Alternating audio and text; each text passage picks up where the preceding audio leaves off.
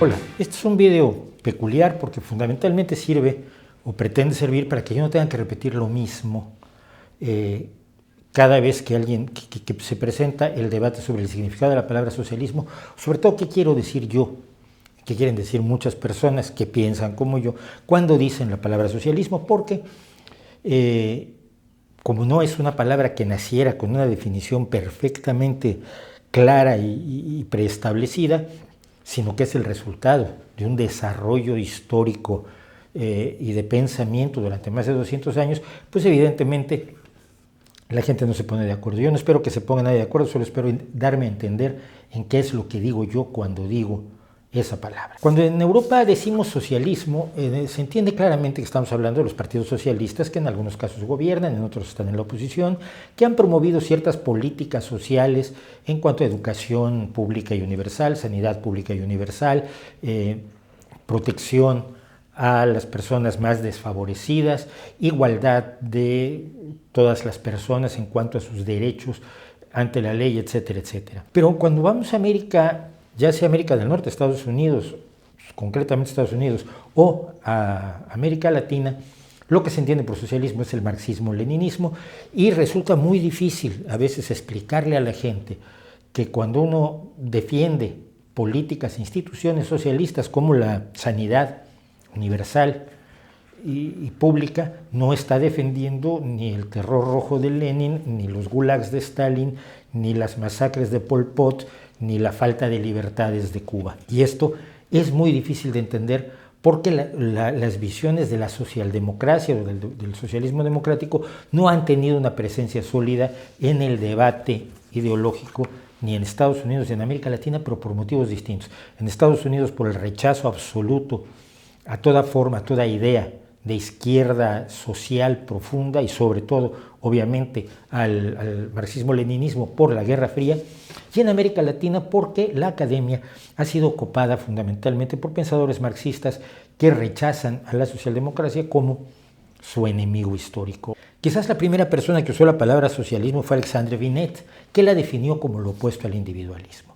Y para entender esto tenemos que remontarnos a lo que es la Revolución Industrial. La Revolución Industrial, que nace fundamentalmente en Inglaterra, permite por primera vez en la historia de la humanidad la producción de riqueza de manera ilimitada o al menos en teoría ilimitada. Me explico. La riqueza de los pueblos hasta ese momento se obtenía mediante la explotación de sus recursos naturales y mediante la explotación del vecino si era militarmente inferior. Pero la riqueza siempre era limitada. Uno podía entrar como los romanos al norte de España, abrir las minas de oro, extraer todo el oro y mientras el oro fluía de las minas había una riqueza creciente. Pero en cuanto se terminaba el oro, cuando las minas se agotaban, se dejaba de producir riqueza y sin embargo el dinero se seguía gastando. Se dependía de los medios de producción de pequeños grupos artesanos que a su vez dependían de la agricultura. Y la agricultura tenía el problema de que dependía 100% de las condiciones del clima. Por lo tanto, una sola cosecha fallida podía convertir a una nación o a un estado-nación riquísimos en lugares de miseria absoluta. La revolución industrial generaba riqueza, podía generar una cantidad de riqueza que nunca se había visto en la historia de la humanidad.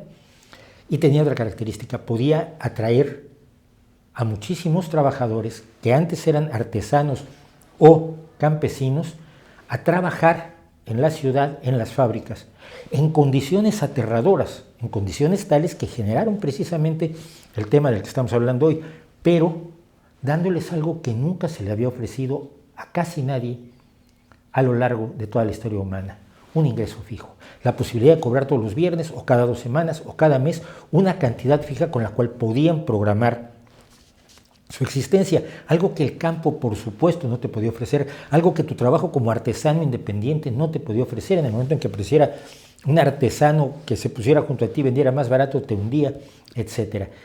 Esa seguridad de los ingresos, aunada a la pobreza creciente del campo, hizo que grandes cantidades de trabajadores se movieran a las nuevas fábricas. Fábricas movidas por el vapor o fábricas movidas por la fuerza del agua, cosa que mucha gente no está consciente de que las grandes textileras, muchas de las grandes textileras inglesas estaban accionadas por grandes molinos de agua. El problema, por supuesto, es que esta generación de riqueza, quienes organizaban, abrían, llevaban las fábricas, contrataban a los trabajadores y comercializaban sus productos, consideraban que esta riqueza era suya porque ellos la habían generado.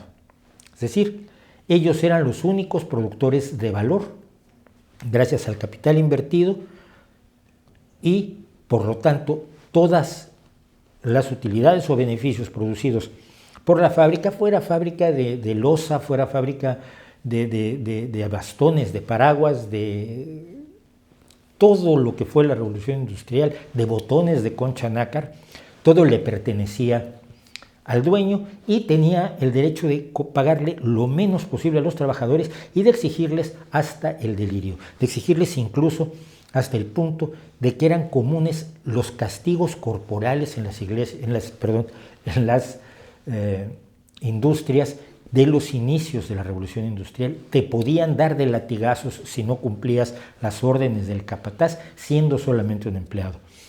Los niños, por supuesto, trabajaban por una miseria o por nada. Las mujeres trabajaban con una brecha salarial respecto de los hombres, que no era una brecha salarial, era verdaderamente el cañón del Colorado de la brecha salarial. Se les pagaba el 20, el 25% de lo que se le pagaba a un hombre. Y la explotación de los trabajadores se convirtió en un problema social que llamó la atención de muchísimas personas, sobre todo porque los trabajadores empezaron a reunirse en centros de población alrededor de las fábricas, donde se comentaban que su vida, si bien era quizás un poco mejor que la que tenían a veces en el campo, era una vida verdaderamente desagradable, agotadora, llena de indignidades. Y empieza a aparecer la idea de que es que ese producto final no es solamente producto del empresario, no es solamente producto del dueño de la empresa, del que la instaló, del que invirtió en ella, sino que el valor producido también es resultado del trabajo de los ingenieros, resultado del trabajo de los obreros, resultado del trabajo de los contables, resultado del trabajo de los agentes de ventas, resultado del trabajo de quienes habían hecho las máquinas para poder hacer los productos que posteriormente se vendían. Es decir, que había una gran cadena de valor y los trabajadores participaban de ella, y lo que se les estaba dando en forma de salarios, en forma de dignidad de vida, era muy poco respecto de su participación. No me voy a meter en las teorías de valor, que es otro tema totalmente distinto, sobre qué participación tiene cada elemento en la cadena de valor para que una cosa que costó producir 10 se venda en 14 y esos 4 restantes cómo deben repartirse, que es asunto de economistas que a veces se siguen rompiendo la cabeza por ello. Tenemos que decir que los trabajadores ciertamente estaban siendo excluidos de una parte de las ganancias que justamente les correspondía, como se demostró después cuando se empezaron a pagar salarios más justos y no se arruinaron los señores dueños de las fábricas. De hecho, un señor dueño de una fábrica fue de los primeros que habló de socialismo también, Robert Owen, que era empresario textil, que se horrorizaba ante la situación de los trabajadores, de sus propios colegas, y que planteaba la idea de que los trabajadores podían formar cooperativas y ser los dueños de las fábricas, ser los dueños de los talleres, ser los dueños de las organizaciones de servicios y por lo tanto repartirse entre ellos la totalidad de los beneficios y la utilidad. Fue una de las primeras visiones del socialismo, junto con, todavía antes, la de la justicia agraria de Thomas Paine, uno de los pensadores a los que deberíamos releer cada vez que podamos, que hablaba por primera vez de la fiscalidad redistributiva. Es decir, él decía, los ricos deben pagar impuestos más altos para que esos impuestos se redistribuyan en la forma de servicios o bienes para los trabajadores del campo, para aquellos que trabajaban en el campo, que era propiedad de otros señores. En 1832, Pierre Leroux, por su parte, en Francia también utiliza la palabra socialismo, y en 1838 aparece el primer movimiento de trabajadores, el chartism, de los charters, gente que creía en una carta de los derechos de los trabajadores redactada en 1838 y que fundamentalmente pedían el voto para los hombres. Cuando hablamos de democracia se nos olvida muchas veces que la democracia que conocemos hoy es un producto del siglo XX, de la segunda mitad del siglo XX. de la segunda mitad tardía del siglo XX. La democracia de principios del siglo XIX y hasta bien entrado el siglo XX, en muchos lugares solo podían votar los hombres que tenían propiedades o que pagaban impuestos. Lo que pedían los chartists era precisamente que todos los hombres mayores de 21 años que no tuvieran cuentas pendientes con la ley, pudieran votar. Lo que pedían era la democracia, que hoy nos parece lo más normal del mundo, y que en 1838 estaban luchando por ella. Luego vendría el voto para la mujer, el voto para las minorías étnicas, etcétera, etcétera. Cosas que estamos viendo hasta el día de hoy. Hay países donde esa democracia plena aún no existe. En 1842, Louis Ribot escribe el estudio sobre los reformistas contemporáneos o socialistas modernos. De lo que hablaban todos los socialistas en términos generales era de una redistribución de la riqueza generada por la revolución industrial.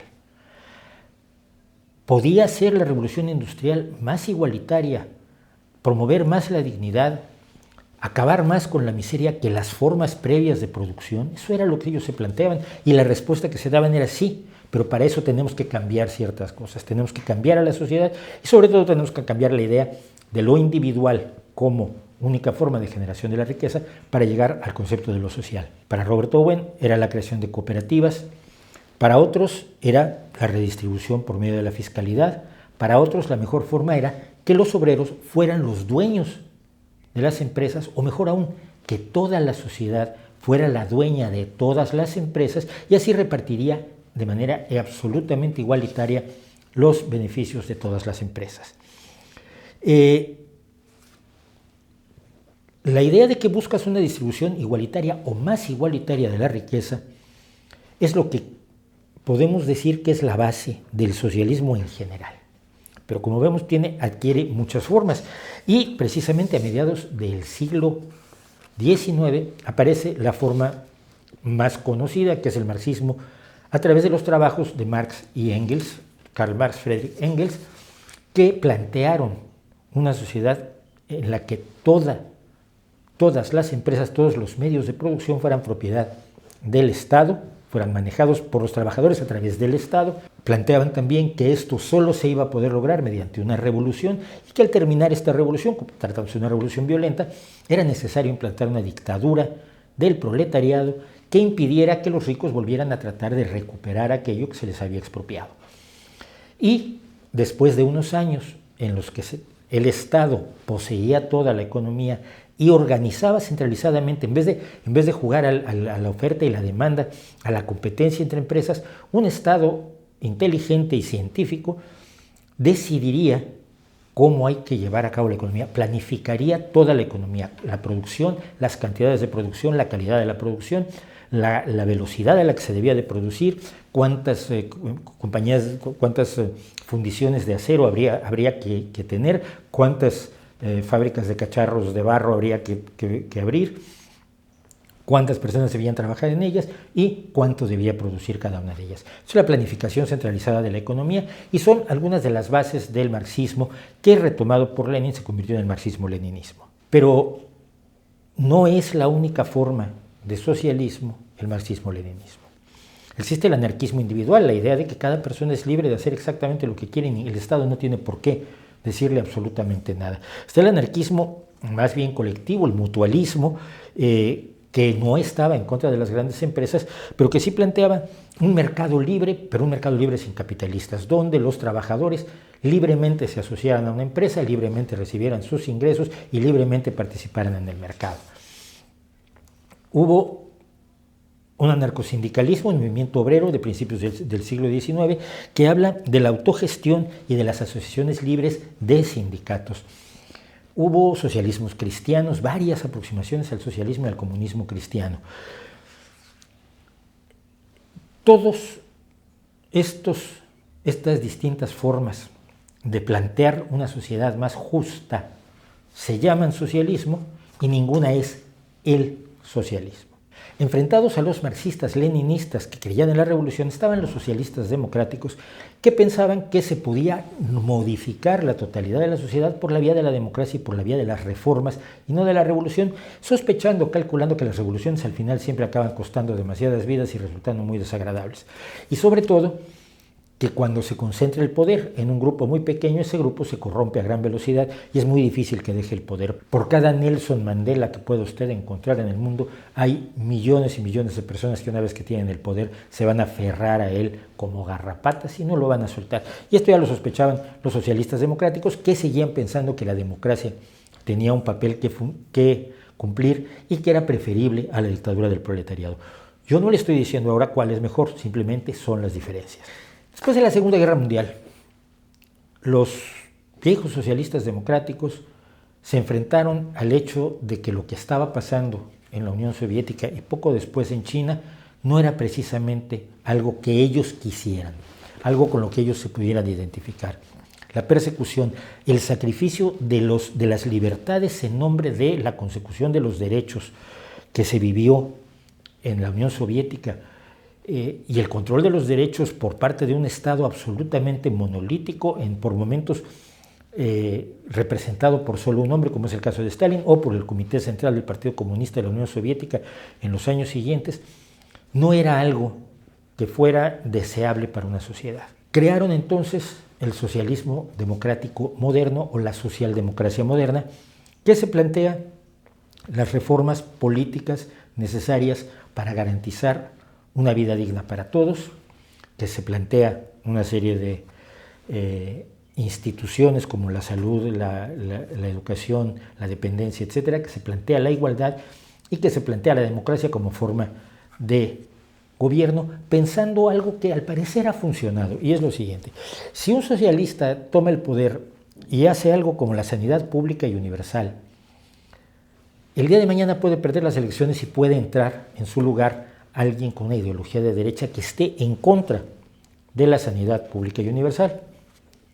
Pero va a ser muy difícil que la derogue porque la gente lo ha asumido como propio, la asume como un derecho, sabe que es un derecho y le gusta tener una sanidad, le gusta no tener miedo a la enfermedad, no tener miedo a arruinarse por no poderse pagar o morir por no poderse pagar una intervención quirúrgica o un tratamiento muy costoso. Y por lo tanto, la derecha se ve obligada a mantener instituciones eminentemente socialistas y políticas eminentemente socialistas. Lo mismo pasa con la educación, lo mismo pasa con otras cosas. Usan distintos trucos para quitarle financiamiento o presencia a estas instituciones, pero básicamente esa ha sido la idea que han jugado los socialdemócratas desde 1945. De hecho, Olof Palme, uno de los fundadores de esta forma de ver el socialismo, lo decía así. Men låt mig få göra lite principiellt inlägg här. Fälldin har nu tjatat på mig, jag ska tala om varför jag är socialist. Och jag är demokratisk socialism, med stolthet och med glädje. Jag blev det när jag for omkring i Indien och såg den fruktansvärda fattigdomen, fast en del var oerhört rika. När jag for runt och såg en ännu mer förnedrande fattigdom på sätt och vis i Förenta Staterna. När jag som mycket ung kom öga med öga med kommunismens ofrihet och förtryck och människoförföljelse i kommuniststaterna. När jag kom till nazisternas koncentrationsläger och fick se dödslistorna på socialdemokrater och fackföreningsmän. Jag blev det när jag fick klart för mig att det var socialdemokratin som bröt marken för demokratin i Sverige. Todos los socialistas estarán de acuerdo en que la sociedad a través del Estado debe tener cierto control sobre la economía. Control que puede ir desde la mera reglamentación para evitar los peores vicios de las empresas, del gran poder económico, hasta las economías mixtas, donde ciertas actividades las realiza el Estado y ciertas actividades las realiza la iniciativa privada. Caso de Noruega, por ejemplo, es un ejemplo excelente en este sentido, ya que Noruega es un país cuyo petróleo, cuya riqueza petrolera está controlada 100% por el Estado, es una economía mixta y por lo demás tiene una empresa privada enormemente floreciente, hasta la propiedad total de todos los medios de producción, como se lo propuso la Unión Soviética o como existe hoy en Cuba o en Vietnam. Políticamente, hay socialistas que están de acuerdo en una democracia abierta, hay otros que están de acuerdo en la anarquía absoluta y hay otros que prefieren una dictadura orientada por el partido único con una ideología única. Desde el punto de vista de la sociedad, algunos socialistas hablan de una igualdad total donde todo el mundo debe tener exactamente lo mismo. Hay otros que trabajan en favor de una meritocracia, es decir, creen que una persona que hace más méritos tiene derecho a tener ciertos satisfactores por encima de los de otras personas que no hacen tantos méritos.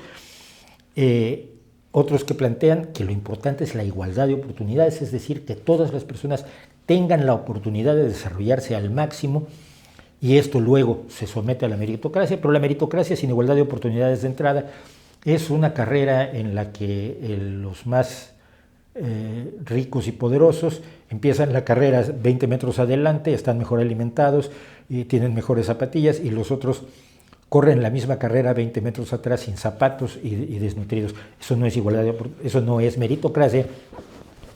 Lo que se requiere es primero garantizar la igualdad de oportunidades en la salida de la carrera de la vida, por así decirlo.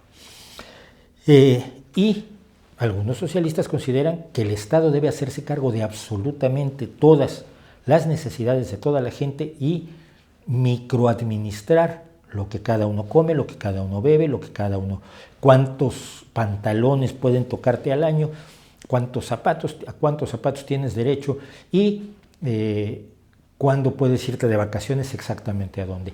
Y otros plantean fundamentalmente la visión de una red social de protección que dentro de un enfrentamiento meritocrático amplio evite que aquellos que no pueden competir caigan en la miseria y en la ruina humana absoluta. Es decir, que se preserve la dignidad de los más pobres, de los más desprotegidos, de los más incapaces y sí, a veces, de los que no quieren participar en la sociedad. Todas estas visiones son socialismo y ninguna es, repito, el socialismo. Hace tiempo hacía yo un video precisamente cuando la gente en Estados Unidos empezó a horrorizarse por la llegada de Alexandria Ocasio-Cortez, una joven demócrata de origen puertorriqueño que se define a sí misma como socialista democrática, y trataba de explicarles a los estadounidenses, también yo a veces hago cosas así de raras, como tratar de explicar cosas que la gente no está dispuesta a entender, que Alexandria Ocasio-Cortez estaba hablando de residencias de ancianos con pensiones dignas y de escuelas y de universidades y de hospitales y de que la gente deje de tener miedo, sobre todo en Estados Unidos, que tiene el peor sistema de salud del mundo entero. Y es el que más gasta por persona en el mundo entero, además, en una contradicción aterradora. Eso es de lo que está hablando Alexandria Ocasio-Cortez y no está hablando ni de comunismo leninista, ni de chavismo, ni de castrismo. Casi nadie me entendió, pero prometo que lo intenté. Los socialdemócratas tienen una visión. Parece que ha tenido cierto éxito. Cuando vemos la lista de los países más felices del mundo, según las Naciones Unidas, que no es precisamente un organismo demasiado de izquierda, aunque Donald Trump quiere lo contrario, pero Donald Trump cree cosas muy raras, vemos que son todos países que tienen instituciones y políticas socialistas muy consolidadas, socialistas en los términos en los que ha hablado de la socialdemocracia, es decir, todos tienen una sanidad pública universal, donde la gente no tiene miedo a enfermarse, todos tienen una educación de calidad, gratuita y pública y universal. Casi todos tienen